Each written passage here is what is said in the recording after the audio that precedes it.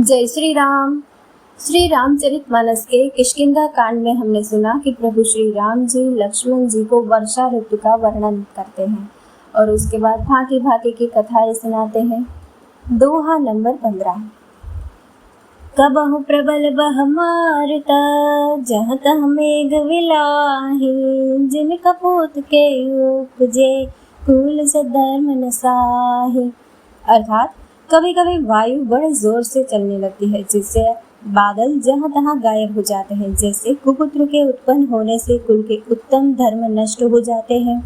कबहु दिवस मह निबिड़ तमक, कबहु प्रगट पतंग, बिन सई उपजे ज्ञान जमी पाई कुसंग सुसंग। कभी बादलों के कारण दिन में घोर अंधकार छा जाता है और कभी सूर्य प्रकट हो जाते हैं, जैसे कुसंग पाकर ज्ञान नष्ट हो जाता है और सुसंग पाकर उत्पन्न हो जाते हैं। वर्षा विगत शरद ऋतु आई, लक्ष्मण देखौ परम सुहाई। फूले कास सकल महि छाई, जन वर्षा कृत प्रगट बुढ़ाई। हे लक्ष्मण, देखो वर्षा ऋतु बीत गई और परम सुंदर शरद ऋतु आ गई। फूले हुए काश से सारी पृथ्वी छा गई, मानो वर्षा ऋतु ने अपना बुढ़ापा प्रकट किया है। उदित अगस्त्य पंथ जल सोषा, जिमिलो बहि सोषई संतोषा। सरिता सर निर्मल जल सोहा, संत हृदय जस गत मद मोहा। अगस्त्य के तारे ने उदय होकर मार्ग के जल को सोख लिया, जैसे संतोष लोभ को सोख लेता है। नदियों और तालाबों का निर्मल जल ऐसे शोभा पा रहा है जैसे मद और मोह से रहित संतों का हृदय। रस रस सुख सरित सर पानी, ममता त्याग करहि जिमि ज्ञानी। जानि शरद ऋतु खंजन आए, पाई समय जिमि सुकृत सुहाए। नदी और तालाबों का जल धीरे धीरे सूख रहा है, जैसे ज्ञानी पुरुष ममता का त्याग कर देते हैं। शरद ऋतु जानकर खंजन पक्षी आ गए, जिनसे समय पाकर सुंदर सुकृत आ सकते हैं।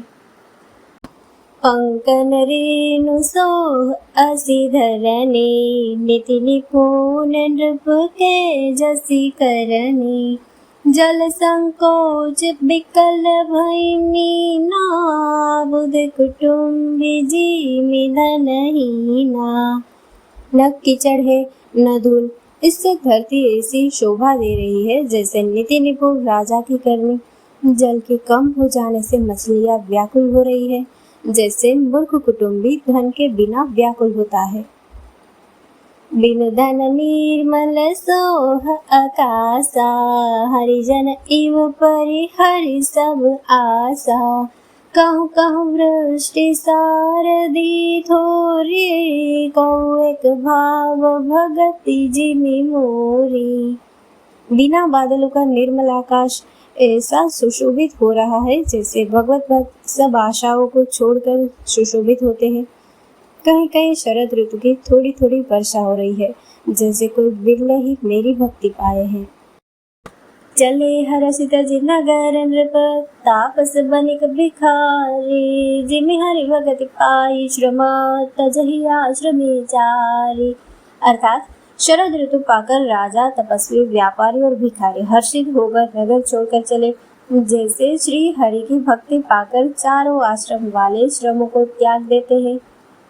सूखी मीन जनीर अगाधा, जिमि हरि शरण नए कौ बाधा।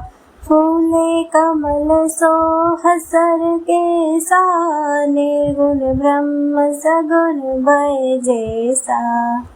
जो मछलियाँ अथाह जल में है वे सुखी है, जैसे श्री हरि के शरण में चले जाने पर एक भी बाधा नहीं रहती। कमलों के फूलने से तालाब कैसी शोभा दे रहा है, जैसे निर्गुण ब्रह्म सगुण होने पर शोभित होता है। गुंजत मधुकर मुखर अनुपा, सुंदर खगरव नाना रूपा। चक्रवाक मन दुख निसिपेखी, जिमि दुर्जन पर संपत्ति देखी। भोरे अनुपम शब्द करते हुए गूंज रहे हैं तथा पक्षियों के नाना प्रकार के सुंदर शब्द हो रहे हैं। रात्रि देखकर चकवे के मन में वैसे ही दुख हो रहा है जैसे दूसरे की संपत्ति देखकर दुष्ट को होता है। चातक रटत तृषा अति ओहि, जिन सुख लहाय न शंकर द्रोही। सरदा तप निसि शशि अपहरई, संत दरस जिमि पातक टरई। पपीहा रट लगाए हैं, उसको बड़ी प्यास है, जैसे श्री शंकर जी का द्रोही सुख नहीं पाता। शरद ऋतु के ताप को रात के समय चंद्रमा हर लेता है, जैसे संतों के दर्शन से पाप दूर हो जाते हैं। देखी इंदु चकोर समुदाय, चित वही जिमि हरि जन हरि पाए। मसक दांस बीते हिम त्रासा, जिमि द्विज द्रोह किए कुल नासा। चकोरों के समुदाय चंद्रमा को देखकर इस प्रकार टकटकी लगाए हैं जैसे भगवत भक्त भगवान को पाकर उनके दर्शन करते हैं। मच्छर और रास जाड़े के डर से इस प्रकार नष्ट हो गए जैसे ब्राह्मण के साथ वैर करने से कुल का नाश हो जाता है।